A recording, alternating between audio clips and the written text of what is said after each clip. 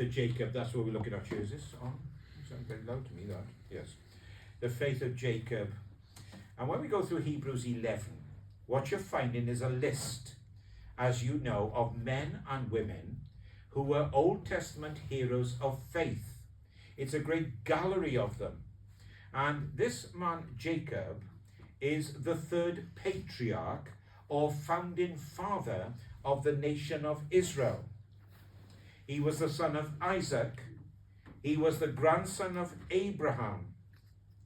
And as with Isaac before and Joseph afterwards, we only have one verse for each of them. One verse for Isaac, one verse for Jacob, one verse for Joseph. You almost get the feel as though God is skipping over them. But of course, as if he wants to rush on to Moses, where there's more verses about Moses. But of course, God isn't skipping over them. He's actually highlighting their faith as one of the mountaintop experiences of the Old Testament. And these three men, the faith that is highlighted in all three of them is end of life faith, deathbed faith. In each case, it is about the time when they were about to die. They exercised a quality of faith which was absolutely outstanding. Jacob had come through, therefore, traumas. He'd come through difficulties. He'd come through sins and deceptions to a point where he could show the reality of his faith by blessing his sons, his grandsons, and worshipping God. And we have to say it's wonderful that faith has grown and reaches the pinnacle at the end of life or on the deathbed. It's grown and grown and grown until it's reached the pinnacle at the end of life. And towards the end of the life, when Joseph stood before King Pharaoh, what did he say to the King Pharaoh? He said these words, "The years of my life have been few and difficult." The years of my life have been few and difficult. He knew that he'd been through trauma in his life. He'd had tough times. Certainly his life was shorter than the two other patriarchs. Abraham lived to be 175. That's his grandfather. Isaac, his father, lived to the age of 180. Jacob lived comparatively short age of 130. So he is 50 years younger in dying than his father and 45 than his grandfather. All of his life was filled with difficulties. I have to say that some of them were of his own making. Certainly they were. And at times he found life grim, to say the least of it. And he had to work extremely hard before he became the great and wealthy man of later years. Yet in the end, his faith triumphed over all his struggles, his difficulties, his suffering, his disappointments, his sins, his failures, his deceptions. Jacob, as you know, was the second son of Isaac and Rebekah. They had 2 children, and those 2 children were the result of the prayers of Jacob's father, Isaac. As we read these words in Genesis 25, if you want to turn to the background to Jacob, you go to Genesis, and it says, Isaac prayed to the Lord on behalf of his wife because she was barren. The Lord answered his prayer, and his wife became pregnant. Genesis 25:21. And Jacob was the youngest son of twins. His older brother, of course, as you know, his name was Esau. So Esau was the older, Jacob was the younger, and both those sons were the direct result of the prayers uttered by Isaac on behalf of his wife. It was this relationship with Esau which at times was filled with bitter rivalry and was at the heart of Jacob's life. You can't escape his relationship with Esau. Of course, there were other struggles he had, but that was one of the major struggles with his brother Esau. And the struggle started before the boys were even born. It says the babies jostled each other within her. They were even struggling with each other, it seemed, in the womb. Genesis 25:22 says that. As they grew up, the boys competed for parental approval. They were rivals, which continued really in one sense almost to their death, and it's manifested itself after their death in some respects. The descendants of Jacob are the Jews.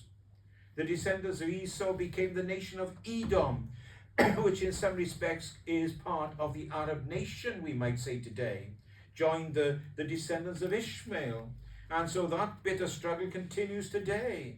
There was certainly a bitter struggle between Israel and Edom historically, because there's no country known as Edom today, but it's maintained today in the Arab-Israeli dispute, stemming back all those hundreds of years, thousands of years. And you must remember what we do has effect on other people, might have effect on other generations to come, you never know. So today we feel the effects of this form of sibling rivalry on an international scale. Let's just look at Jacob in one or two ways. The first is Jacob at home. For many years, Jacob lived at home with his parents, Isaac and Rebekah. His brother Esau also lived in what would be a tented encampment. Just imagine there were tents, there were servants galore, there was animals all around which needed tending and so on.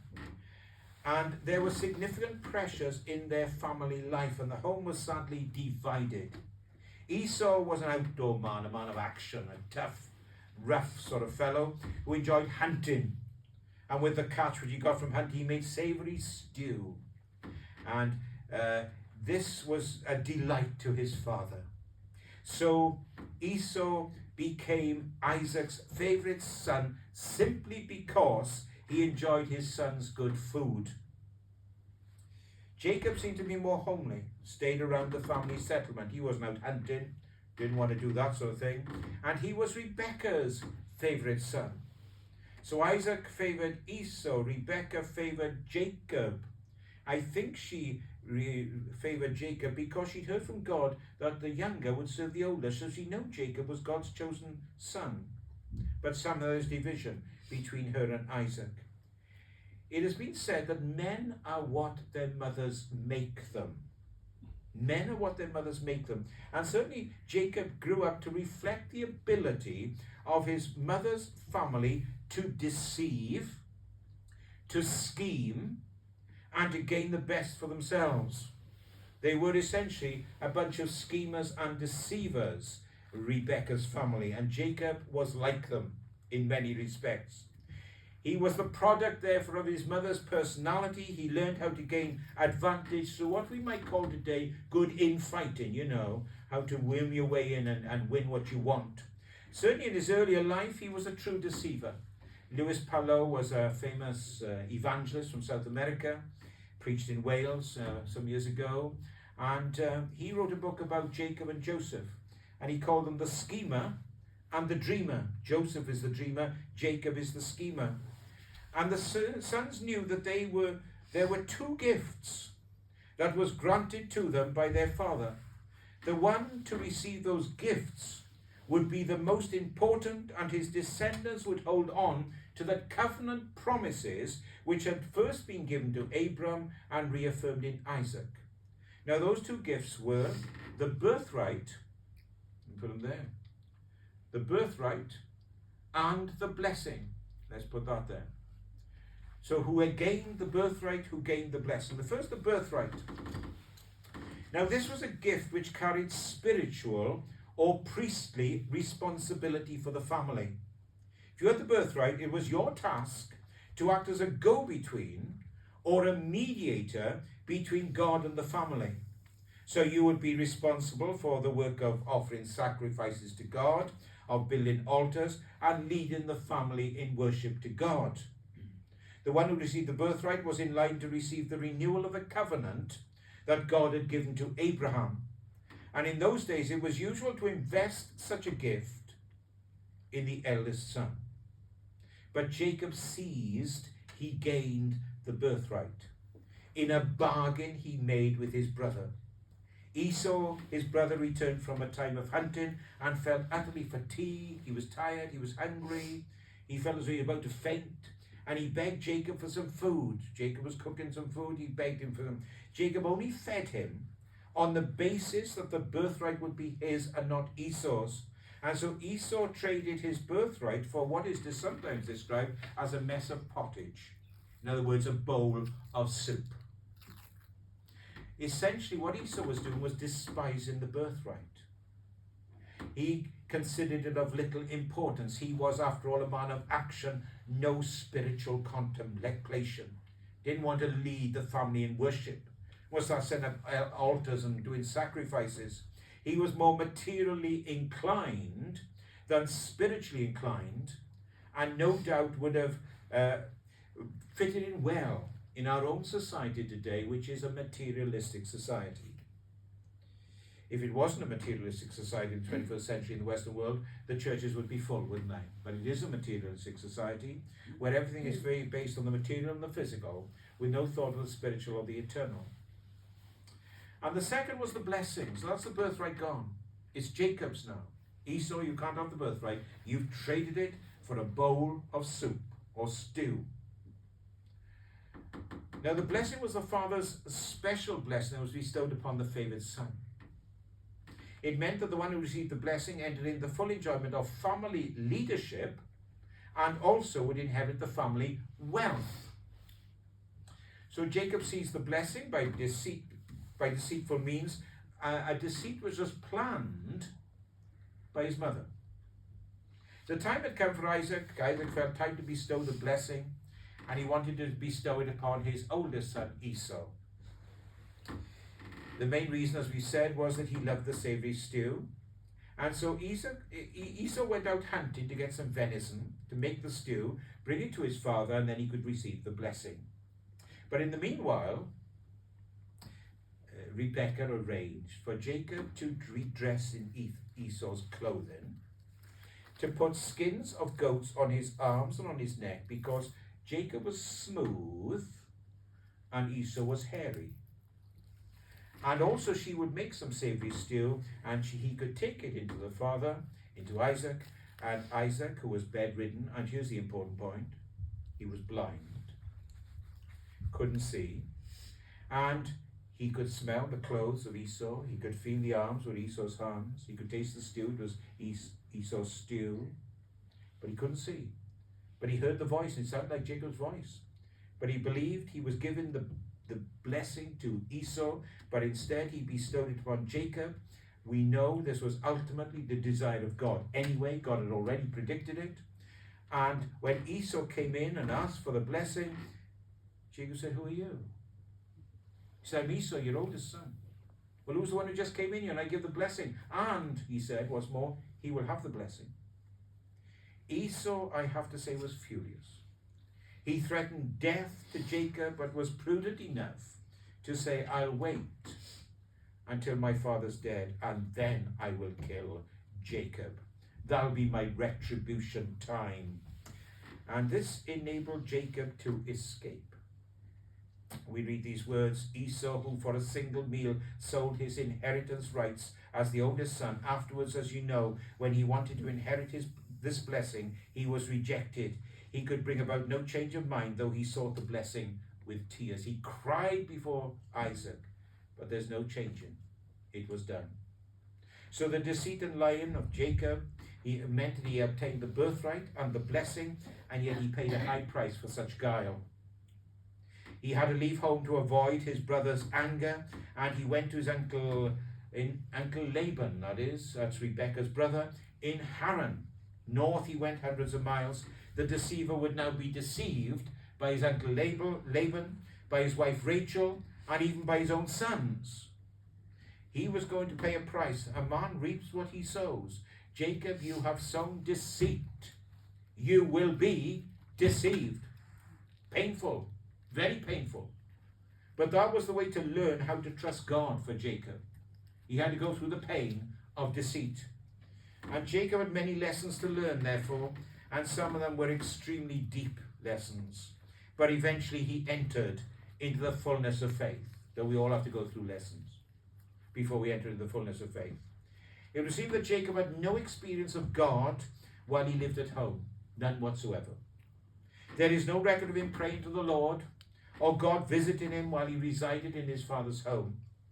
He had to leave home before he came into personal contact with God. And so we move from Jacob at home to Jacob away from home.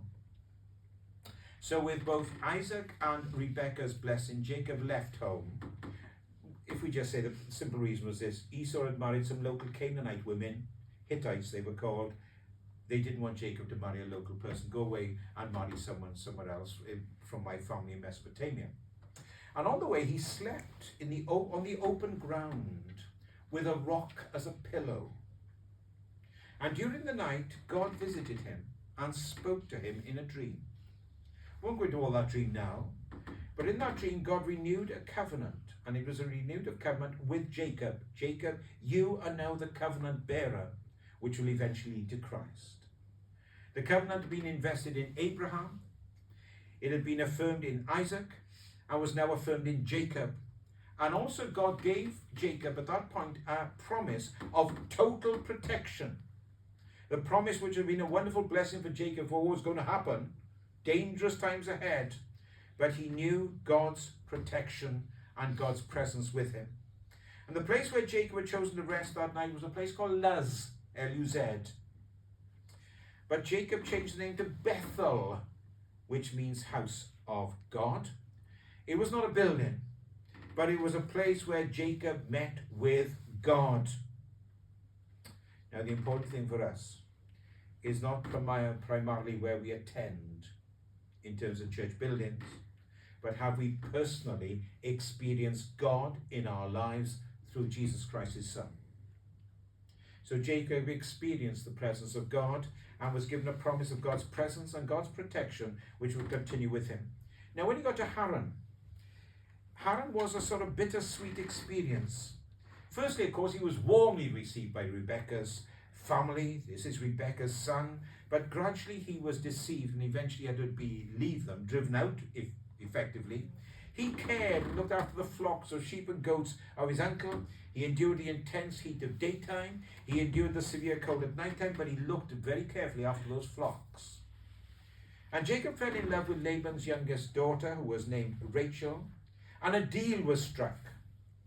Jacob, you can have Rachel as your wife if you work for me for 7 years. Well, there's a price to pay for everything. 7 years of hard work looking after the flocks, and you can marry my daughter Rachel. But he said the 7 years seemed like a few days. He was so much in love with them. And when after the 7 years were done, he got married, and when he woke up the next morning, he was not married to Rachel. He was married to the older sister Leah, who he was not in love with. Well, of course, he was a bit indignant at this, to say the least of it, but Laban had an answer. It's wrong in our culture, he said, to marry the youngest before the oldest, so you're married to Leah now, but if you work another 7 years, you can have Rachel. See, the deceiver is being deceived. It's interesting, isn't it? What you sow, you reap. So he worked a further 7 years, and then there was matrimony with Rachel. So Jacob had 2 wives. In addition to that, he had 2 concubines, which were the maids of the 2 wives. And then his family grew. 2 wives. He became rich in the end, but he had his family grew. Leah had 6 sons and 1 daughter. Zilpah, Leah's maid, had 2 sons. Bilhah, Rachel's maid, had 2 sons, and eventually Rachel, who was barren for much of her life, had 2 sons, Joseph and Benjamin. They were back in Canaan when she had Benjamin, and she died at the side of the road going to Bethlehem there in Canaan years later. So eventually Jacob worked a further 6 years for his uncle Laban, and this was for proper wages, meaning certain ones of the flocks which could not be mistaken. You know, they had particular markings on them. And yet, despite the fact the wages were frequently changed, Jacob became a very wealthy man, huge number of flocks and herds and servants. And Laban seemed to be losing out all the time. Jacob was still looking after his flocks, but the stronger seemed to be for Jacob's flock, and added to that. And God richly blessed him, and pressure built up. Laban and his sons became deeply angry towards Jacob, and so he decided to run away with his wealth and his family, and the plan worked well, except for a couple of things. Rachel deceived her father by stealing her father's household gods, some idols, caused Laban to pursue, and Laban was in such a mood he was going to kill Jacob, maybe his daughters as well, and was intent on destroying. But God intervened and said to Laban, do not touch Jacob. And if it hadn't been for that, Jacob would have been in big trouble. So Jacob somehow was free from the entanglement with Laban, and really it was a case now out of the frying pan into the fire. It's one thing, isn't it, to leave one hostile situation. Now you're facing another hostile situation. He has to face his brother Esau. This is 20 years after the time he'd left Esau in such a seething anger. He thought perhaps the seething anger might be worse. And when he sent news ahead to Esau, and then he became really worried because he heard Esau is rushing to meet you and he's got with him 400 men. Well, it looks like a small army coming. And Esau's a powerful leader now. And Jacob had to face him, traumatized at the thought of it. But God intervened. And eventually, it was interesting how he wrestled with God. This is God intervening. He wrestled with Jacob. I don't know how this takes place, actually. And during that wrestling match, as it was, he clung on to God, or the angel of God, probably an pre-incarnational appearance of Christ. Two things happened. Jacob's name was changed to Israel. Jacob means supplanter. You supplanted what was really Esau's. But now you're Israel, which means a prince with God. And that meant that the nation became known as Israel, developed through his children. And secondly, God touched his thigh muscle, caused him to walk with a limp. That's why he had that staff with him. From now on, there was no more running away. He was incapable of running. God had touched him at his point of strength and weakened him physically, but spiritually he was now more powerful. So at that place where he wrestled with God, it was called Peniel, Jacob prevailed with God. Has there ever been a Peniel experience for you and me, where we've wrestled with God in prayer until we know that he's answered? We have a deep certainty that God's answered our prayers. Have we ever known the removal from our lives of something which was dear to us, but it was for our benefit? We always remember that God removes to place it with something more precious, something of more eternal worth. God's strength is made perfect in our weakness. Jacob went to face Esau, bowed in humility before him 7 times. Yet Esau welcomed him with affection. The anger seemed to have gone.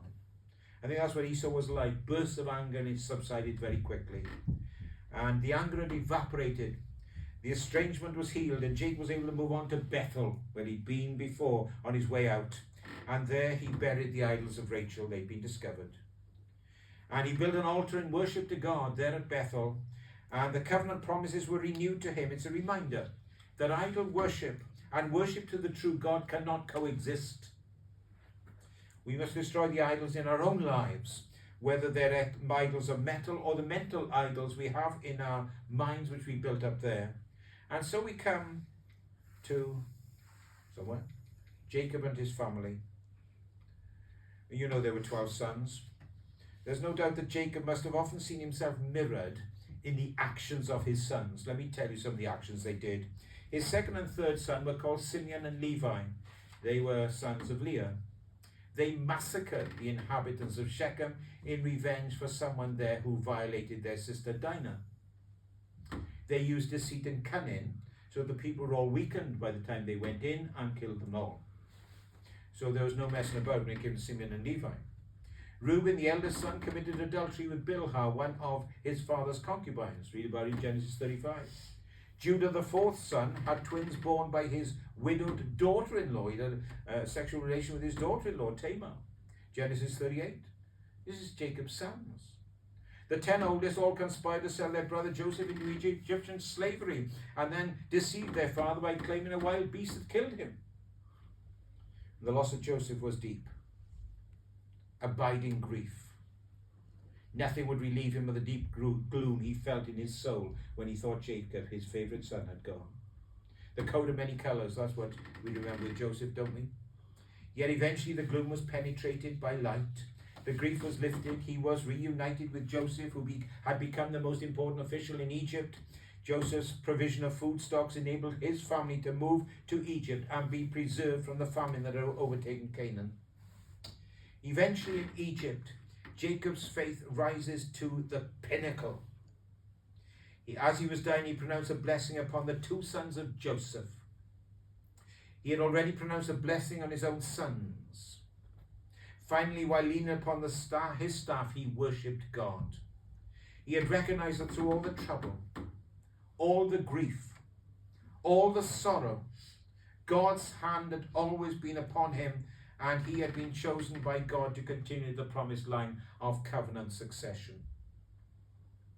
Jacob may have at times strayed from the pathway of God's will, but in the mercy of God, he always came back. Ultimately, he came to appreciate God in three ways. The first way is this: he knew God personally. That's important, isn't it? Not as a vague generality out there somewhere, but personally in his own life. And that had started at Bethel. He had to leave home in order to gain an awareness of God and to understand God's greatness. There may be too many who have never really got away from the long shadow of spirituality which their parents had as Christians, and they've never truly come to God for themselves. So important that we come to God for ourselves and know him personally through Jesus Christ. Secondly, Jacob experienced God at work in his life through the provisions of wives, children, wealth, material goods, but more importantly, the renewal of the covenant promise in him. He had seen God preserve his life in miraculous ways. He'd also experienced 6 visitations directly from God. As you read through Genesis, there are 6 visitations from God to Jacob. Now Isaac had only had 2 visitations. So he had more visitations than Isaac, his father, had from God. Abram had more, of course. Abram probably had 8 visitations. He saw God at work and experienced the presence of God. And thirdly, he had come to trust God completely, totally, absolutely. He had come to become utterly dependent upon the Lord, especially since Peniel, when he could never run away again. So in old age, he could lean upon his staff and trust God for the preservation and blessing of his children and grandchildren. Also, he could worship God with genuine praise, real humility, and a sense of God's abiding blessing upon him. His days on earth may have been few and troublesome, but his days in heaven are long and glorious. He was buried along with Leah in Hebron, where Isaac and Rebekah were buried, where Abraham and Sarah were buried. And I hope that we've all come to a place where we know God personally, where we see God at work in our lives, when we trust in the living God. Like Jacob, we too can have a great spiritual impact upon people and situations. And we know the blessing of being, he was a prince with God, that's his name. So can we be. We've got to learn to trust him. We've got to live our lives for his glory each day. We've got to always obey him. May God bless his word to us today. Just a little bit about Jacob. There's much more to say about Jacob. You know, there's so much to his life which we've missed out here, but we've picked up maybe some of the main themes of it. Read it in Genesis yourself. Be blessed by that. Just read about this incredible character who eventually came to the pinnacle of faith on his deathbed. And it challenges us and it blesses us. Let's bow our heads for a moment of prayer before we sing the closing hymn. Thank you, Lord, for Jacob, the life he lived. Like him, we know what it is to fail. We know what it is to deceive. We know what it is to lie. We know what it is to do many, many bad things. Thank you, like Jacob. We can be forgiven and cleansed. We can be washed pure. We can know you personally in our lives. We can know your divine blessing. So minister to us, Father, we pray. Encourage us, we ask, as we move into this new week for the glory of your name. Amen.